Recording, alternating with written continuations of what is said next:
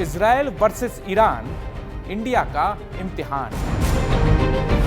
जंग नहीं रास्ता, शांति स्थिरता पर जोर। मित्र मोदी की इजराइल ईरान को सलाह।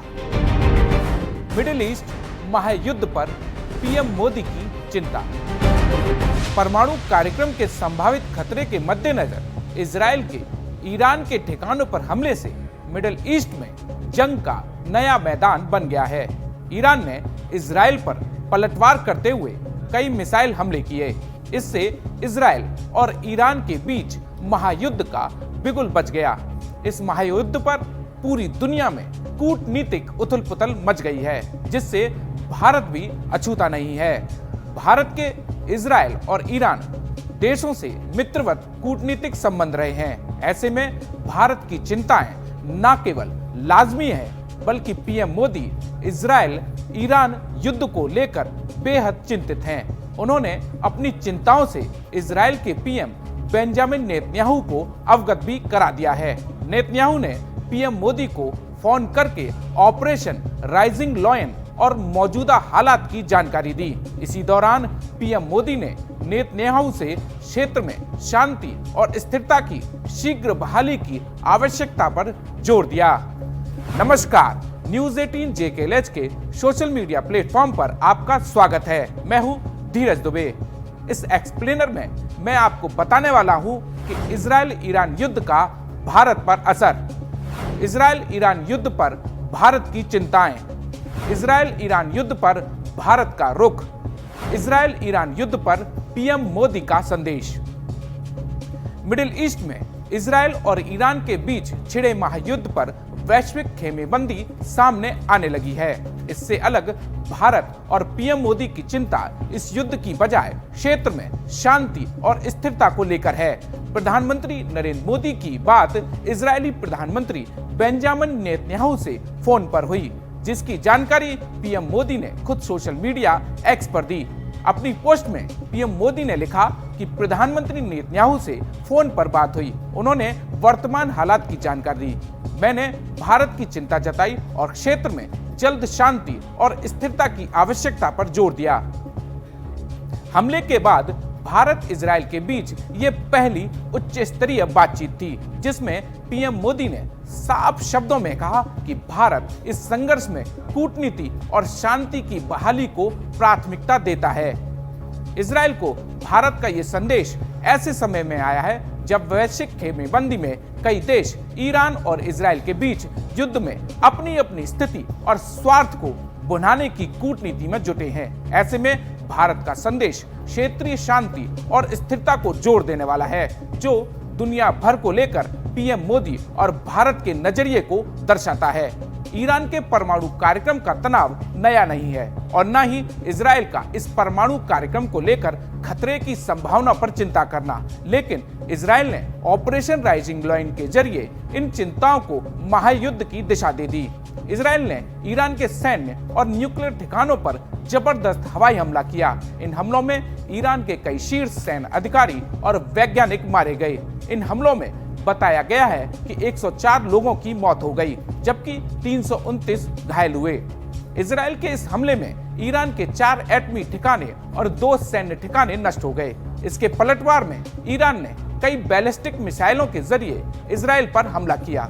हालांकि इजराइल सेना का दावा है कि उन्होंने इन सभी हमलों को नाकाम कर दिया, लेकिन इस इजराइल की राजधानी तेल अवीव में एक साथ कई धमाकों की आवाज सुनी गई। आसमान में धुएं के गुबार भी नजर आया। ईरान पर इजराइल के ऑपरेशन राइजिंग लॉयन से शुरू होते ही भारत में विदेश मंत्रालय सक्रिय हो गया। उन्होंने एडवाइजरी जारी करते हुए कहा कि हम स्थिति पर करीबी से नजर रख रहे हैं। हमने भारतीय नागरिकों को सतर्क रहने को कहा है। हम दोनों देशों से तनाव बढ़ाने वाले किसी भी कदम से बचने की अपील करते हैं। विदेश मंत्रालय ने कहा कि क्षेत्र में सभी भारतीय नागरिकों को सावधानी बरतने, सुरक्षित रहने और स्थानीय सुरक्षा सलाह का पालन करने की सलाह दी जाती है। विदेश मंत्रालय की सही और सटीक प्रतिक्रिया पूरी दुनिया के लिए इजराइल और ईरान युद्ध को लेकर भारत के स्पष्ट रवैये को दर्शाता है। इस रवैये पर पीएम मोदी का नेतन्याहू को दिए 2 टूक संदेश ने और मोहर लगा दी। भारत ने हमेशा मिडिल ईस्ट में एक संतुलित भूमिका निभाई है। पीएम मोदी का नेतन्याहू से संवाद एक तरफ इजराइल को डैमेज कंट्रोल का मौका देता है, वहीं दूसरी तरफ वैश्विक स्तर पर भारत की स्थिति को और मजबूत करता है। भारत ने हिंसा की आलोचना किए बिना अपनी शांति की भूमिका स्पष्ट कर दी, साथ ही पूरी दुनिया को संदेश दिया कि ईरान और इजराइल तनाव के बीच उसका स्टैंड न केवल क्लियर है, बल्कि वो मिडिल ईस्ट में मच रही उथल पुथल को लेकर बेहद संजीदा और चिंतित है। ईरान और इजराइल दोनों देश भारत के मित्र देश हैं। ऐसे में इन दोनों देशों को लेकर भारत की रणनीति पर पूरी दुनिया की नजरें टिकी हैं। इजराइल के प्रधानमंत्री बेंजामिन नेतन्याहू ने ईरान पर किए गए हमलों के लिए अंतर्राष्ट्रीय समर्थन जुटाने के कूटनीतिक प्रयास के लिए भारत के प्रधानमंत्री नरेंद्र मोदी को फोन किया था और इस मौके पर पीएम मोदी ने अपने मित्र नेतन्याहू को अपनी चिंताओं से न केवल अवगत कराया, बल्कि नेतन्याहू के जरिए ईरान और पूरी दुनिया को भारत की चिंताओं और उसके कूटनीतिक रवैये से अवगत करा दिया।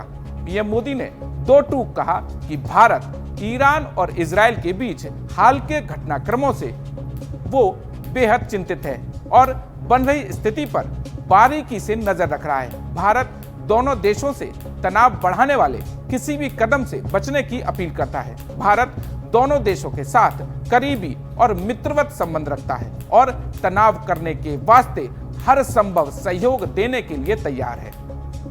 भारत ने 1992 में इजराइल के साथ राजनयिक संबंध स्थापित किए थे। तब से दोनों देशों के संबंधों में मजबूती आई है। नरेंद्र मोदी 2014 में केंद्र की सत्ता में आने के बाद 2017 में इजराइल के दौरे पर गए थे। इजराइल का दौरा करने वाले वो पहले भारतीय पीएम हैं। जब पीएम मोदी इजराइल गए तब बेंजामिन नेतन्याहू ने उनका हाई लेवल रेड कारपेट पर स्वागत किया था। पीएम मोदी दौरे पर जहां गए वहां नेतन्याहू उनके साथ गए।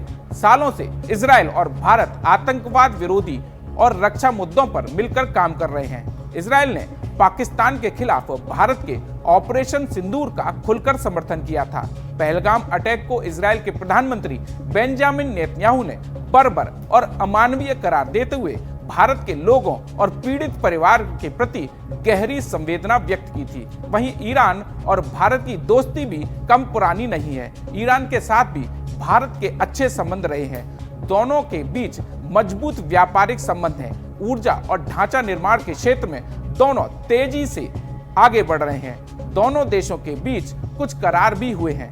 भारत ने ईरान में स्थित रणनीतिक रूप से महत्वपूर्ण चाबहार बंदरगाह का 10 साल के लिए संचालन का अधिकार हासिल किया है। भारतीय कंपनियां ईरान से सस्ता तेल खरीदती हैं। ईरान और इजराइल के बीच बढ़ते तनाव का असर कच्चे तेल पर पड़ेगा। जम्मू कश्मीर के पहलगाम में हुए आतंकी हमले की ईरान ने भी कड़ी निंदा की थी। भारत दौरे पर आए ईरानी प्रतिनिधि मंडल ने नई दिल्ली में भारतीय अधिकारियों से मुलाकात की और आतंकवाद से जुड़ी घटनाओं पर चर्चा की थी।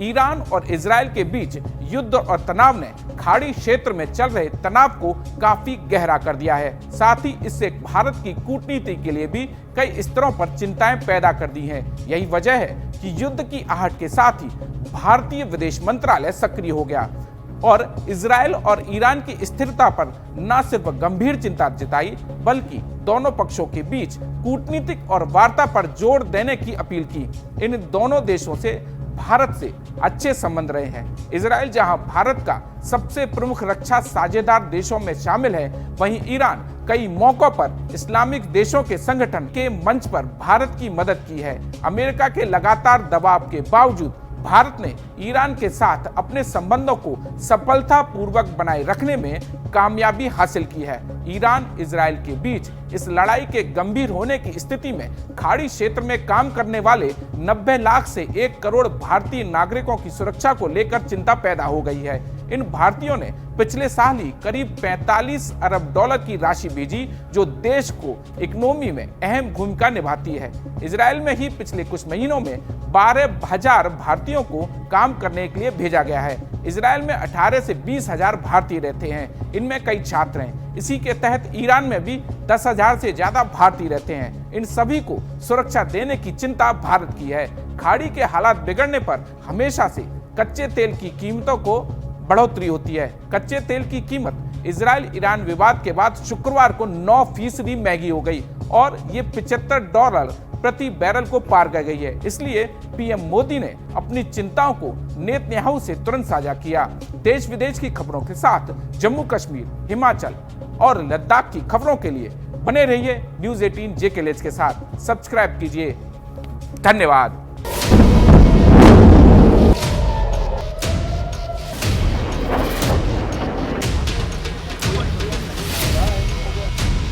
자, 가자.